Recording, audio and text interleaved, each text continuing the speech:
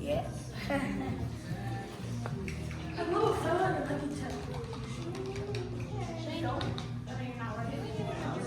Are you filming your day in the life?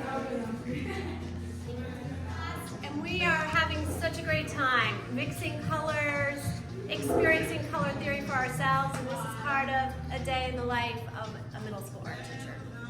Yeah! Can you tell me about your plan? I think I'm gonna do the background, and then I'm gonna try to put like light colors in the inside so they really like pop on the dark ones. And can you tell me about your plan? So I'm looking for like a kind of the opposite of what she's doing. A pink background with some like darker shades on the inside to like make it a vibrant design. So I'm doing like a darker background and like brighter colors so that they like really show. One of my primary objectives as an art teacher is to give students freedom to make choices with their art and to allow it to evolve in whatever way that happens, and then to celebrate that. And this project here was actually initiated by students who wanted to do clay faces. And they decided through some group discussions that they would focus on parts of the face. And as you can see, they even have some piercings in these parts of the face. And when we arranged it, we gathered as a group and arranged it, we discovered that faces were created that were not intended. I teach at a Quaker school, so a lot of the projects speak to Quaker testimonies and process. In this one, there was a lot of collaboration, and the final result was something that was meant to express community.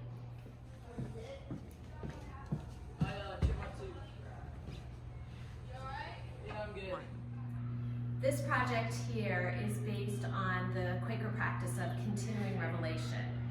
And students work from a still life that has musical instruments and an assortment of non-related items.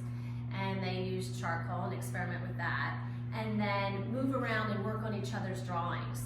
And then crop them and add a little bit of color elements to create something interesting and that speaks to how they feel at that moment. And the idea of continuing revelation is not knowing how something's going to turn out. So this is an exercise for students to be involved in an artistic practice where they're not focused on the outcome, they're focused on the process. And students always feel a lot of joy seeing how it turns out. This project here is an exploration of linear perspective, one-point perspective. And sixth graders design the interior of either their room or their dream room or dream space. And one of the exciting things about this project is that students realize when the perspective is a little off, their drawings become even more fantastical, more interesting. And I enjoy as a teacher looking at these because I have insight into the things that students appreciate, such as the basketball net here, an assortment of flags, the rainbow room, Taylor Swift, and this is one of the favorite middle school projects.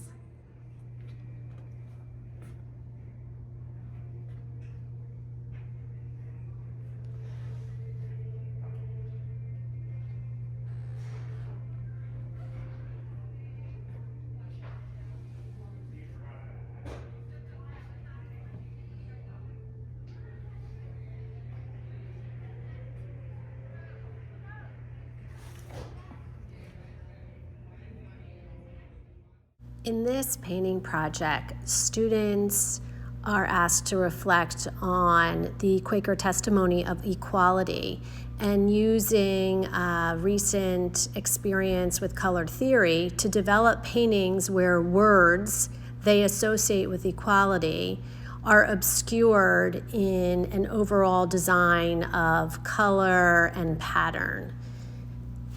The display has the effect of a quilt giving off the vibes of calm and peace, unity, all associated with equality.